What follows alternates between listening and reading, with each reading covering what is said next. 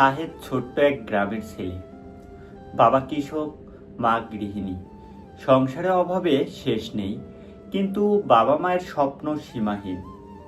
শাহেদকে পড়াশোনা করিয়ে মানুষ করতে চায় তারা, কিন্তু গ্রামের স্কুলের সুযোগ সীমিত, আর শহরের স্কুলে পড়তে গেলে খরচ অনেক বেশি। একদিন বাবা মাঠে কাজ করছিল, পায়ের তলায় হঠাৎ কাঁটা বিঁধে যায়। কাঁটা তেমন বড় কিছু নয়, কিন্তু কাজের গতি কমে যায়।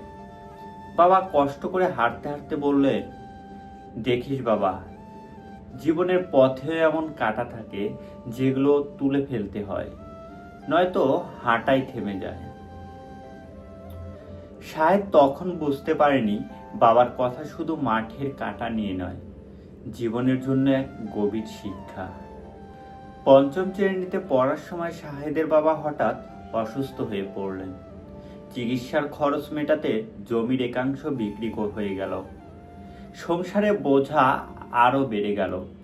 স্কুলের ফি দিতে না পারায় শিক্ষক একদিন ক্লাসে দাঁড় করিয়ে বকুনি দিলেন। লজ্জা ও অপমান, ক্ষুব্ধ সব মিলিয়ে তার পড়াশোনার আগ্রহ কমে আসছিল। বন্ধুরা যখন নতুন ব্যাগ, নতুন বই নিয়ে স্কুলে আসতো, শাহেদ তখন পুরনো বইয়ের পাতা সেলোটেপ দিয়ে আটকাতো। মনে মনে ভাবতো, আমার পথে কেন এত কঙ্করটা কীর্ণ।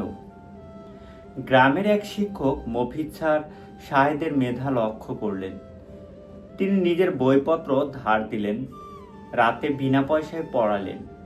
মফিজ স্যার একদিন বললেন, পথের কাঁটা তুলে ফেলার একটাই উপায়, হেঁটে যেতে থাকা। থেমে গেলে কাঁটাগুলো জয় করবে। এই কথাটা যেন শাহেদের ভেতরে আগুন জ্বেলে দিল। সে ঠিক করলো, যত বাধাই আসুক পড়াশোনা থামাবে না। মাধ্যমিক পাশ করে কলেজে ভর্তি হলো শাহেদ, কিন্তু থাকার জায়গা নেই, খাওয়ার টাকাও সীমিত। সে এক ছোট্ট রেস্টুরেন্টে বাসন মাজার কাজ নিল। দিনে কলেজ, রাতে কাজ। অনেক সময় রাত 2টা পর্যন্ত কাজ করতে হতো, আর ভোরে উঠে পড়াশোনা করতে হতো। অনেকেই বলতো, তুই এত কষ্ট করছিস কেন, ছেড়ে দে। শাহেদ শুধু হাসতো আর মনে করতো বাবার কথা, কাঁটা তুলে ফেলতে হয়। প্রথমবার বিশ্ববিদ্যালয়ে ভর্তি হওয়ার পরীক্ষার সাথে শাহেদ ব্যর্থ হলো।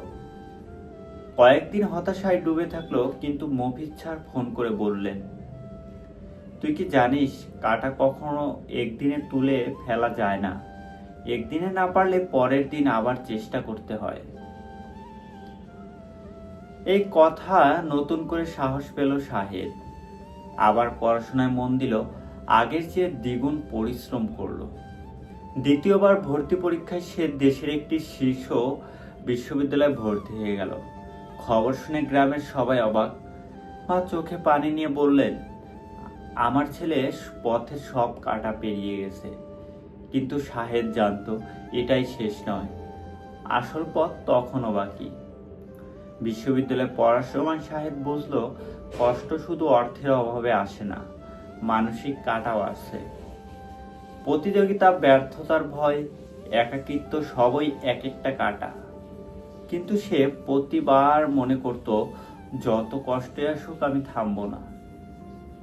পড়াশোনার পাশাপাশি সে টিউশন পড়াতো, লেখালেখি করত, আর একসময় একটি স্কলারশিপ পেল বিদেশে পড়ার জন্য।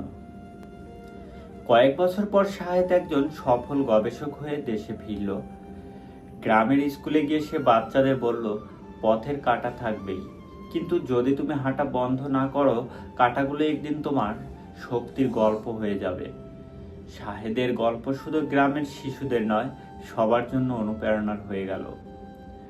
জীবনের পথ কখনোই মসৃণ হয় না, কখনো অর্থের অভাব, কখনো অপমান, কখনো ব্যর্থতা। সবই কাঁটা হয়ে আমাদের থামিয়ে দিতে চায়, কিন্তু আমরা যদি চলা থামিয়ে না দিই, একদিন কাঁটাগুলোই আমাদের গৌরবের অংশ হয়ে যায়।